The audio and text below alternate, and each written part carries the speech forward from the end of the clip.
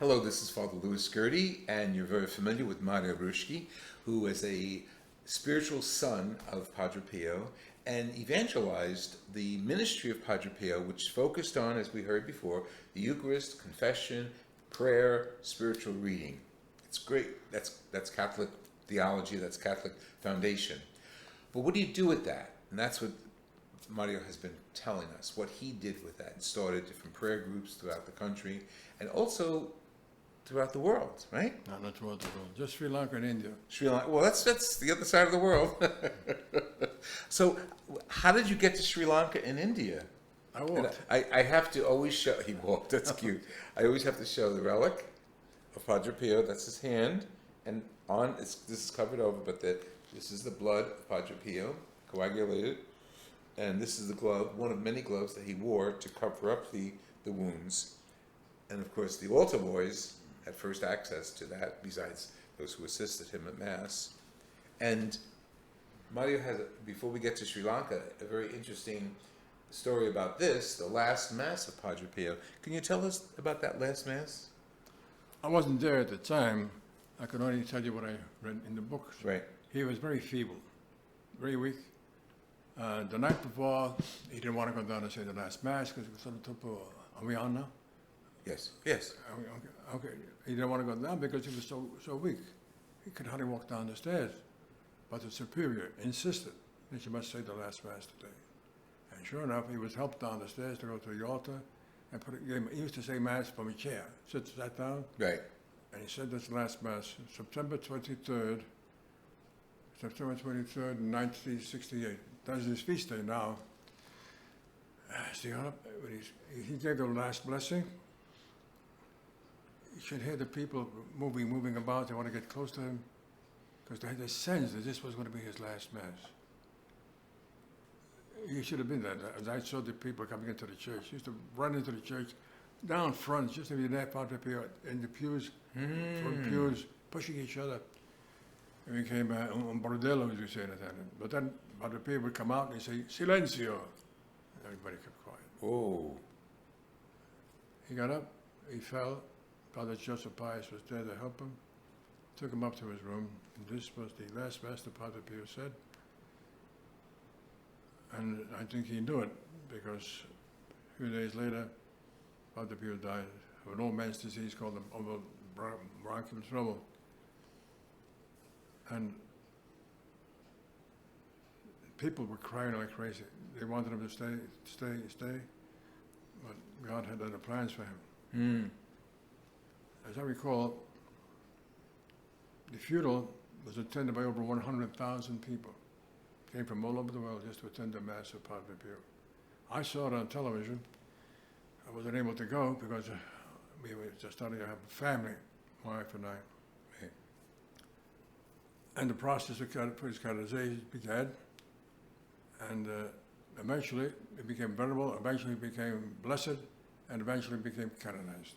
And I was there for the ceremony of blessed when I was in Rome with my family, and also I was there the day he was canonized by Pope John Paul II. John Paul II, yeah. John Paul II, okay, canonized. With a tremendous crowd of people that were there. Everybody was talking about Padre Pio. Most of the people that were there were all Italians. From Bari, from there. So. He was a spiritual son. Oh, yeah, Padre Pio. You hear stories about different miracles that they performed, that they said just now. And people were, even now, there's a book called the Padre Pio Gleanings, Gleanings, listing all the various miracles that Padre Pio performed when he was alive. Good. There was even a talk that he would raise from the dead someone who had died. Raise from the dead for someone who had died. And I know people, one man who was deeply involved with his illness of arthritis throughout his whole body, and Padre Pio cured him. We go on and bring the book and then we could discuss it. But what I'm trying to get at to you is hopefully you're going to ask me questions about my trip to Sri Lanka and how I went about. Perfect opening. Let's go to it. Sri Lanka. Shall we go on? Yes, please. It all started in my parish. I had a picture of Padre Pio put in the vestibule, and lo and behold, Padre Brogan was there. And Your he was parish here in my parish New York. at that time. Now it's taken over by the Coptic Church. Oh, okay. They're making it into a cathedral. Hey, good, Yeah, beautiful. So I started coming to the back of the procession. There was my lovely, beautiful girl I saw. My wife was really beautiful from Sri Lanka. And Father Rogan calls me over. Hey, Mario, come here, man. Just go here and want to know about Padre Pio. I told you you had a glove about Padre Pio. I said, yeah, okay. I want you to meet Sarojini Kanagana. I says, how do you do? Yes, I understand you have the glove of Padre Pio. I says, well, in the blood too. He says, my sister is very sick. She has polio, very bad. So she's had it for a long time. So I wonder if I could borrow the glove, take it. No, I don't need the glove out. I says, but I wish I could take the glove myself through her. Well, I said, she lives in Sri Lanka. Sri Lanka. I said, Sri Lanka, are you kidding? I said, no, I can't do that. I can't do that. So we formed a relationship after that and started going out together. We fell in love, and eventually we got married. We got married in church, Our Lady of Peace. Wow. And sometime, I don't know when, sometime after that, we went home to see Padre. That's right. Sometime after that, she decided to take me home to see Padre Pio. But she went home first. Yes. Then I followed her, British Airways. We brought the film. I said, I'm going to bring the film on Padre Pio. What do you think? Think we should? And my brother-in-law heard about it, so he started booking various shows of Padre Pio. It's okay. I had a 60-millimeter film. Yeah, yeah. We need a 60-millimeter projector. And the only place we can get it from would be the American Embassy. Lo and behold, I got it so I should have written it all down. I never did. You'll remember because we'll play it back for you. Anyway, we started in the little town. We started first in Colombo. Then we branched out to Athurugiriya. We branched out to Athurugiriya is a spot where we built a church for Padre Pio. That's separate. Okay.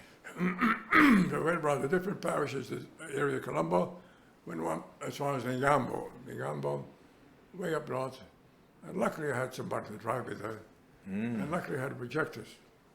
And your wife's accompanying you on all these trips? no, in Colombo, yes, because we lived in Colombo. And we had babies, and the little Pio was born. First child was Pio, we named her after Padre Pio. And at one place, we didn't have a screen.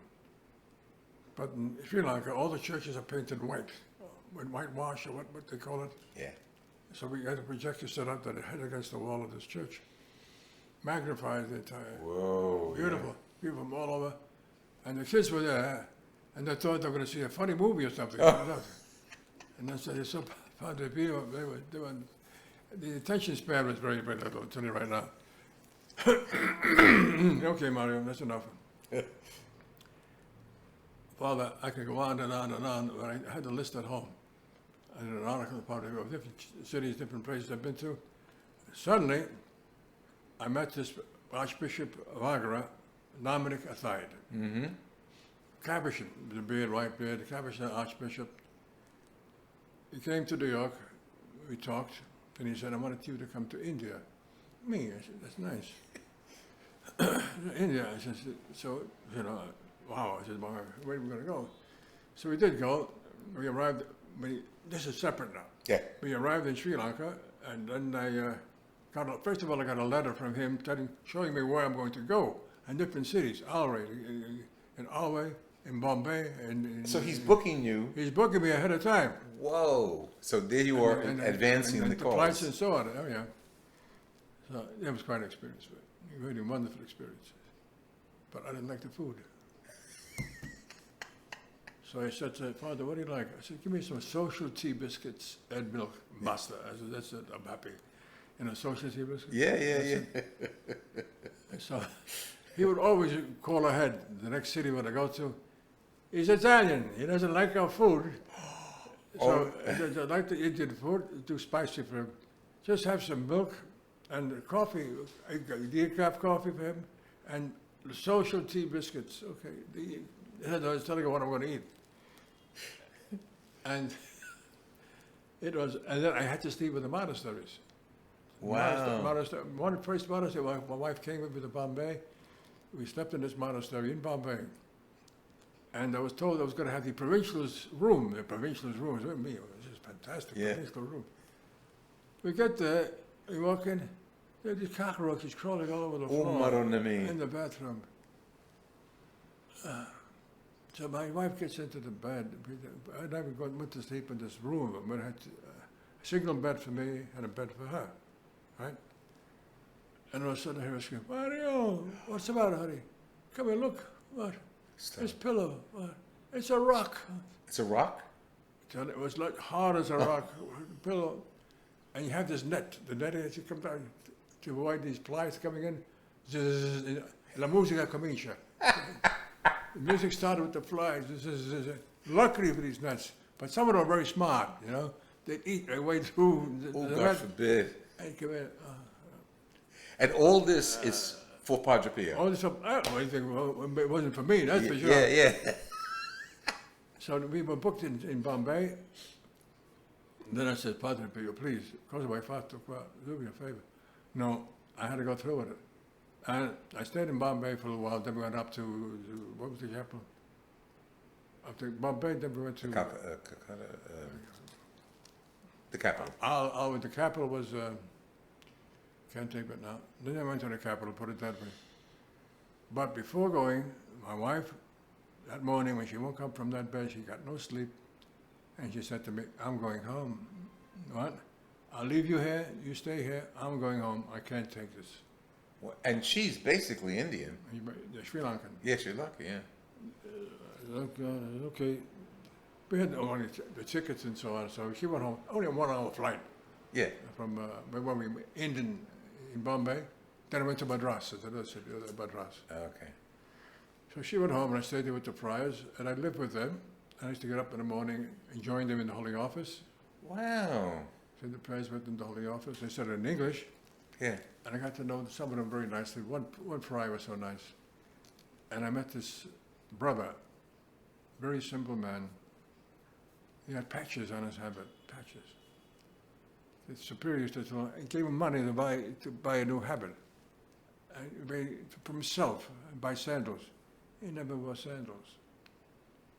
And he used to come to me, he says, do you want to say the rosary? We used to say the rosary together at night in my room. I was looking at the face of a saint. Yeah. Brother Angelo, his name was. So, the superior told me, see, Mr. Bruschi, see if you can convince him to use the money properly for himself, to get himself a new habit and so on. Okay, I tried. No. You know what he did with the money? He gave it to the poor. Good. He gave it to the poor. They could eat it, bought them food. He does that all the time. He says, you know, That's his mission. That's How were you evangelizing or promoting Padre Pio? to the film. Yeah. The film, luckily it was in English, and sometimes I couldn't get a projector. Right. Luckily I found the projectors at the American Embassy, Right. or sometimes the priest had a projector. Oh, I went to show the movie on Padre Pio, 60 millimeter, and the film is this thick. So I go, we have the projector, I arrived at the projector. Projector was a small projector, 8 millimeter projector. No, it's not the I same. says, no, I said, I can't do it, Father. No, try it, see if it goes through. Try it. I says, Father, it's not going to go through, I tell you. This is too big, it's too big. Oh, that happened with some nuns too. But then again, the nuns finally got a projector, but the projector was not working too well. And in the background, prayed, make sure the projector works. We prayed the Padre Pio. And sure, the projector started to work. And we started showing the movie on Padre Pio. I says, keep it up, sisters, keep it up, don't stop. Don't stop. Did you get feedback when people watched the movie? What was the feedback you had? Feedback was to come again. Come again. Come back again to see the movie on Padre Pio. Oh yes, we have another parish we want you to go to. Most importantly, people want to see the glove of Padre Pio, want to see the relic of Padre Pio. And even in St. Patrick's Cathedral, we had a special mass every September commemorating the death of Padre Pio on September 23rd in St. Patrick's. I got the okay from them, and Father Cardinal was a cardinal then. And after Mass, in St. Patrick, I'm going back to New York now. After Mass, people wanted to see the glove of Padre Pio. We announced it, and they came back, and I put it on the side of the altar. Where the statue of St. Andrew was there, set up a seat, and people were coming after Mass just to come and Yeah. And enjoy the relic of Padre Pio. This is the It was tiring. You And once I had to show the relic of Padre Pio to a group upstage. 500 people. 500 people came just to touch the glove of Padre Pio and be blessed. I never blessed him. I said, look, bless me. I'm not a priest. I can't bless you.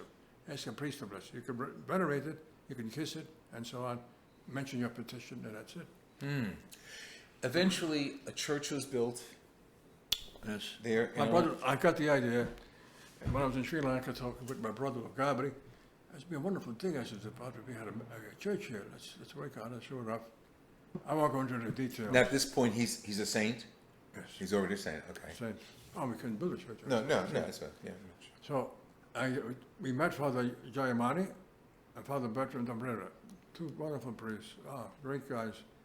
And Gabri, they worked in Sri Lanka, I worked in the United States. United States, what was I doing? Making up flyers, telling about the church of Padre Pio we're going to build.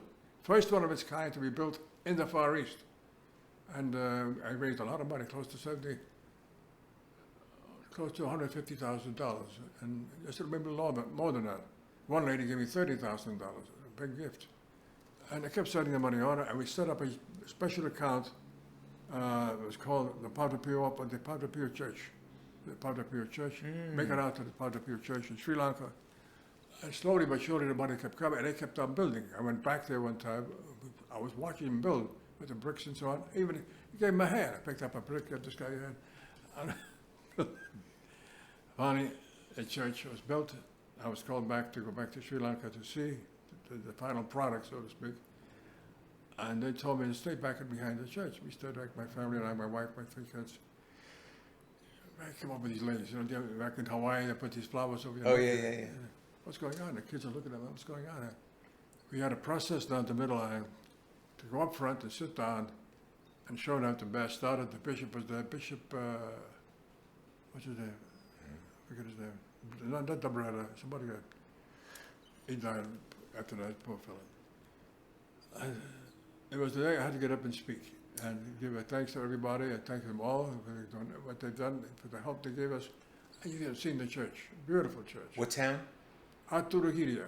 It's 30 miles outside the city And of we'll put Colombia. we'll put that on our site. Athurugiriya. I know how to spell it if you want to know. Yeah.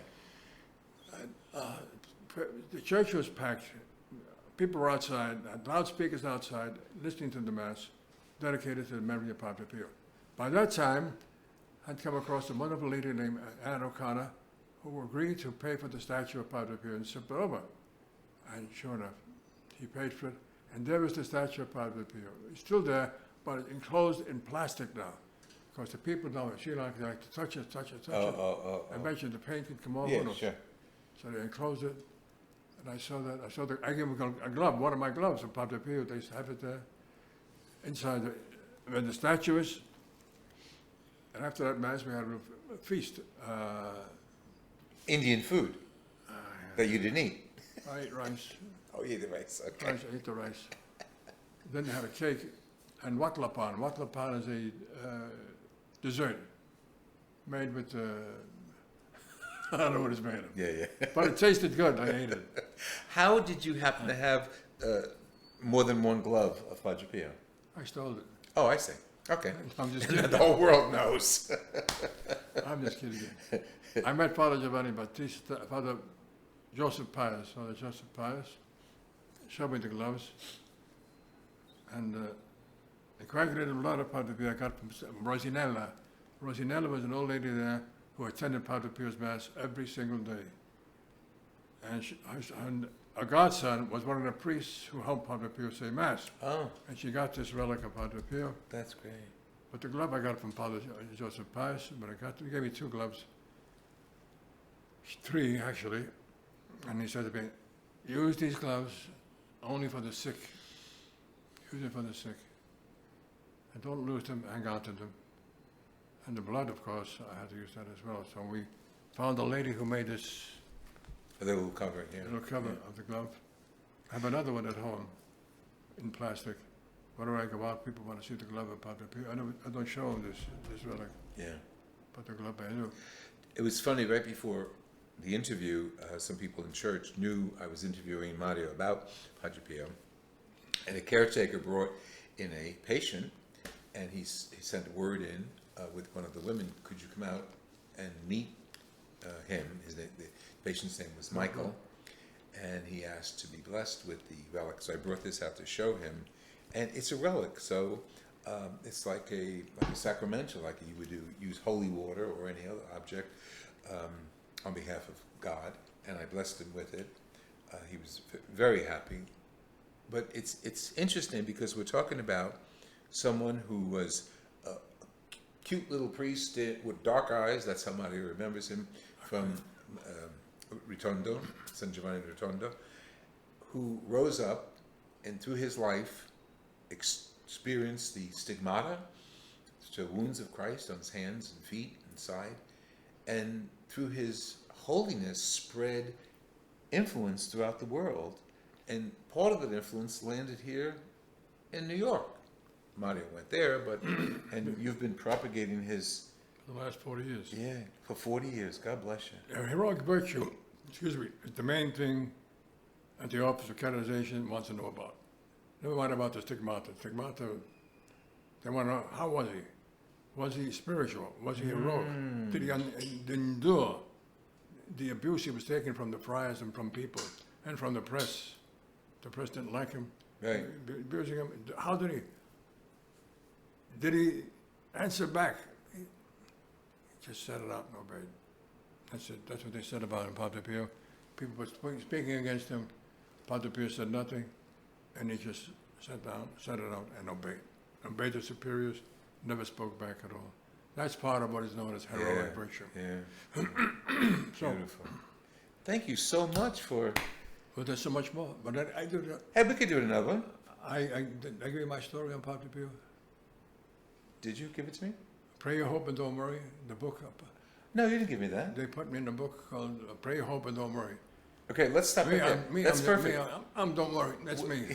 We're going to pick that up. We'll talk about that. Pray, hope, and don't worry. I mean copies. Okay. 5 cents a copy. He's about to make a few bucks on this. No. Pray, hope, and don't worry. No. Hey, Padre Pio would not like it. He wouldn't like it. He doesn't answer my prayers anyway. Imagine what he's going to say now. Hey, caro mio. However, I'm grateful for that lady who gave $33,000 for the church. It is something that I've been back to see. And we were there. And every time I go, I'm always in a rush. My brother-in-law's in a rush to get back to the city. Before I get stopped, before it rains, who knows. I wanted to stay in that church. The priest opened up the door of the tabernacle, and there was the ciborium, and he gave us an opportunity to have a little small holy hour for our Lord. And also he brought over a statue of Our Lady of Consolation from my mother's hometown, Madonna San Marco, Lady of St. Mark. And this lady, same lady, Anne O'Connor, she paid for the shipping and everything else.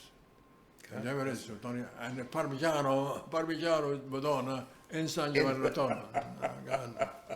This has been Father Louis Skirdu, a very entertaining experience of Padre Pio via Mario Bruschi. Mario, I really appreciate it. Thank you, your sharing. God bless you. God bless you. Thank you. Let me hear from you, Father Louis Skirdu at hotmail.com, and we'll have a lot of references to San Giovanni Rotondo and also some other information about the church in Sri Lanka. Thank you. Thank you. Thank you all. God bless you. Pray for me. I need prayers badly.